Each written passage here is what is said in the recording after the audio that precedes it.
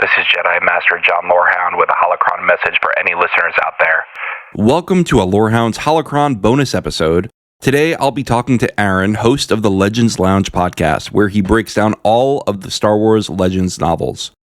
The first part of our conversation about Star Wars and Andor generally will be open to the public. If you want to hear Aaron's deeper thoughts on the Legends lore in Andor, you can get it with our Season Pass, a one-time $10 fee to get permanent access to everything Andor, or you can listen as a recurring Patreon Supercast subscriber. And as always, send feedback to starwars@thelorehounds.com to be a part of the conversation. And with me today for this Holocron bonus episode, this is Aaron from Legends Lounge. Aaron, how you doing? Pretty good. Thank you. Thank you for inviting me on the show. Can you give us your Star Wars origin story first? So my Star Wars origin story is I'm a child of the original trilogy. I was born in 78, and most of my ideas around Star Wars come from watching the VHS tapes of the original trilogy from like 84 through the rest of the 80s. I did not know there were Star Wars books, and one Christmas I got a Star Wars book, and ever since then, that's pretty much how my fandom blossomed, and I've been a huge fan ever since. Right. So you got into Star Wars Legends pretty early then in your fandom. Yeah. Not the real old stuff, the comics, the Marvel comics from the late 70s. There were a handful of books in the late 70s and early 80s. That was when I was still really young. In Christmas 1991, I got Heir to the Empire as a Christmas gift. Like I said, I did not know that Star Wars was in book form. Did not read it right away because I didn't really know if I wanted to read Star Wars. But I guess by the following summer, by like the summer of 92, I always was a pretty big reader. I thought, well, let me try this. And after that, I was hooked. So you were hooked then, and now you have this podcast, Legends Lounge. And can you tell me sort of the premise of that? Well, let me start from the beginning. Prior to the pandemic, through the A Song of Ice and Fire books, I became friends with a handful of people from around the country and in Canada. And during the pandemic, I made mention that I liked the Star Wars Legends books, specifically the X-Wing books. And a couple of them said, well, they liked those too. They had read them before. So we originally thought, well, we're not doing anything. Let's do a podcast about the X-Wing books in Legends. Well, that never came to fruition. Life gets in the way. They were busy with other things. But I still thought, I'd like to talk about some of these stories in Legends. And it was also to kind of push myself to finish all the novels. I'm not much of a comic reader, but I did want to finish all the Legends novels. So I thought, well, why don't I just do this myself? And I started right at the very end of 2020. I think I had one episode was like right before the new year of 2021. And then after that, I'm still going strong. I did not anticipate still doing this podcast at this point. I thought that maybe after 6 months, I would get tired of it. But I'm still going strong. And, I get emails from all over the world. I've had some guests on to do specific series in Legends. And like I said, it is pushing me to finish the last handful of novels that I haven't read. I had not read 19 of the novels when I started. I have 5 left that I have not read. One of those is the last novel in the Legends timeline.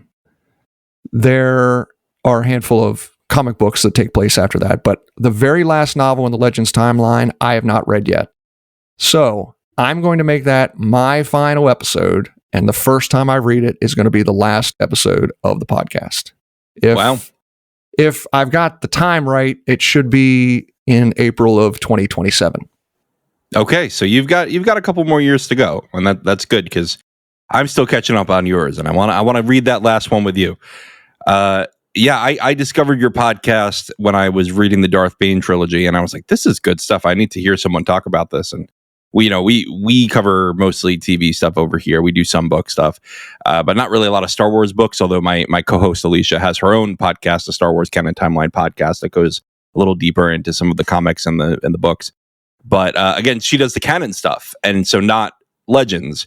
And you were one of the only podcasts I found out there that was like, we are going to do Legends and only Legends. And for people who don't know, because our listeners range from obsessive about Star Wars to dipping their toes in just watching Andor.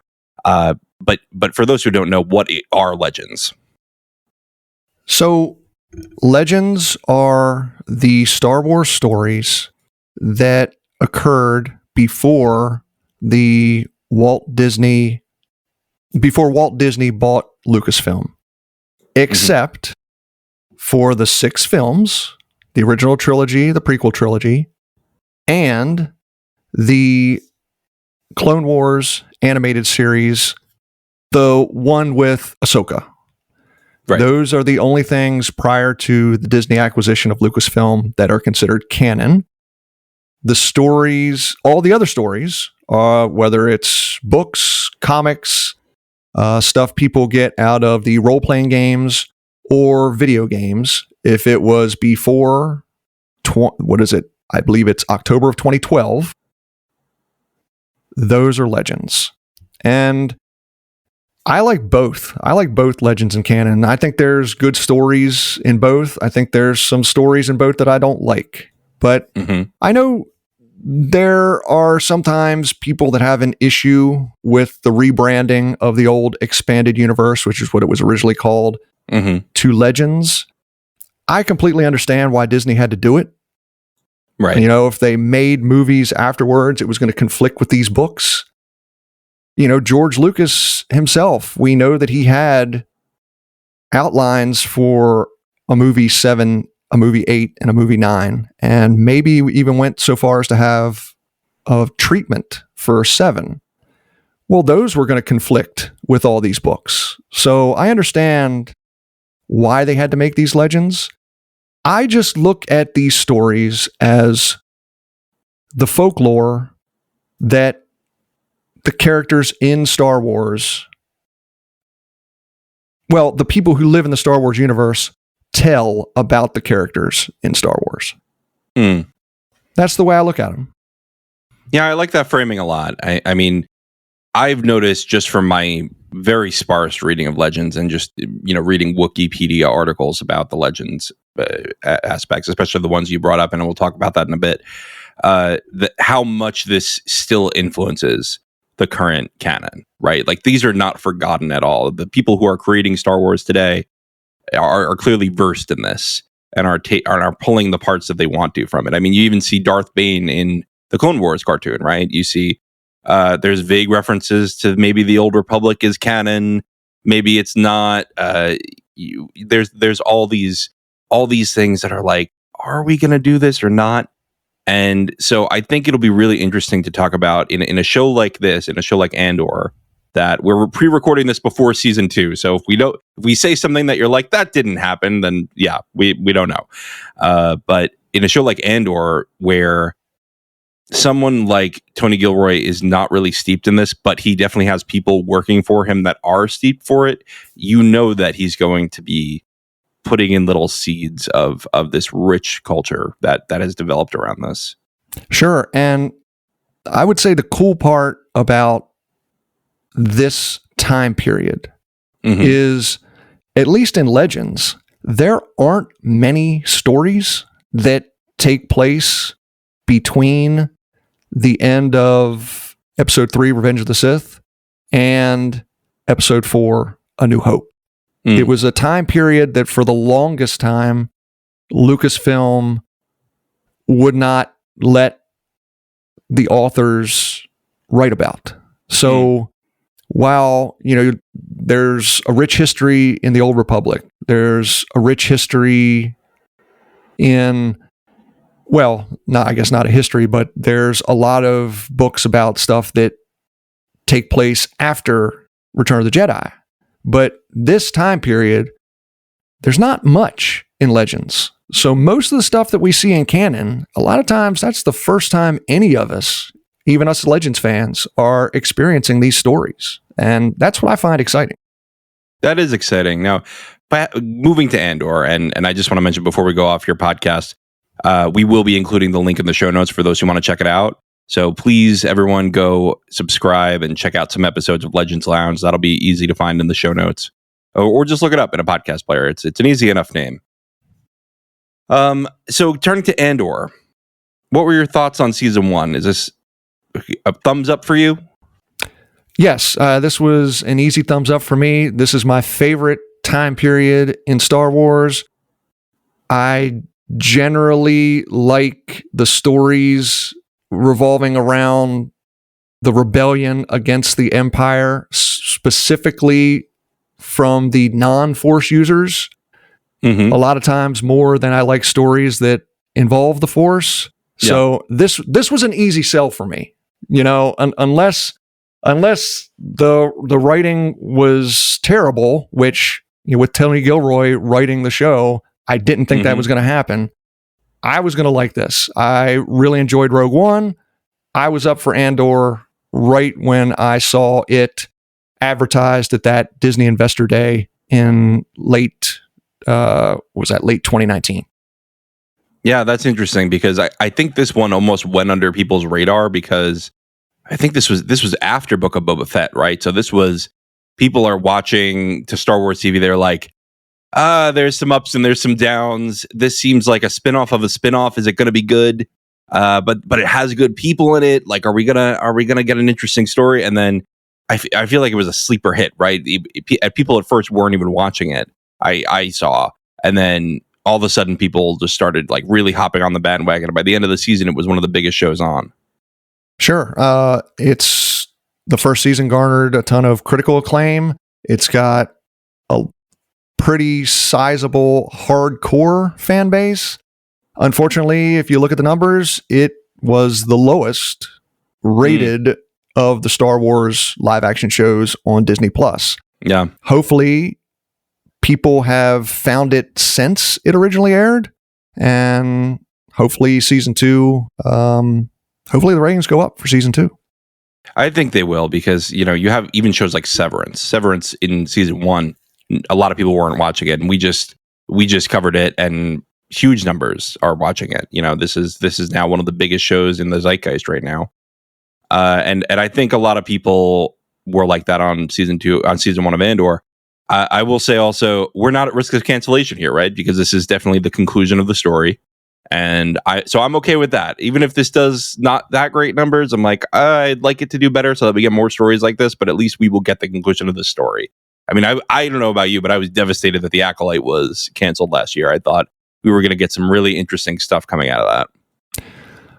I agree. There were some interesting things in The Acolyte. It was not my favorite of the live action shows on Disney Plus, but I thought there was enough in there that they could expand upon what the general audience did find interesting in season 2. That I think that is one thing, just a tiny little tangent. I think that is one thing we see with streaming sometimes. Is I remember when I was younger, you know, when I was a little kid 30 years ago, TV shows most of the time didn't start out too well, but they were given a whole season. And during that season, the writers figured out what worked, what didn't work.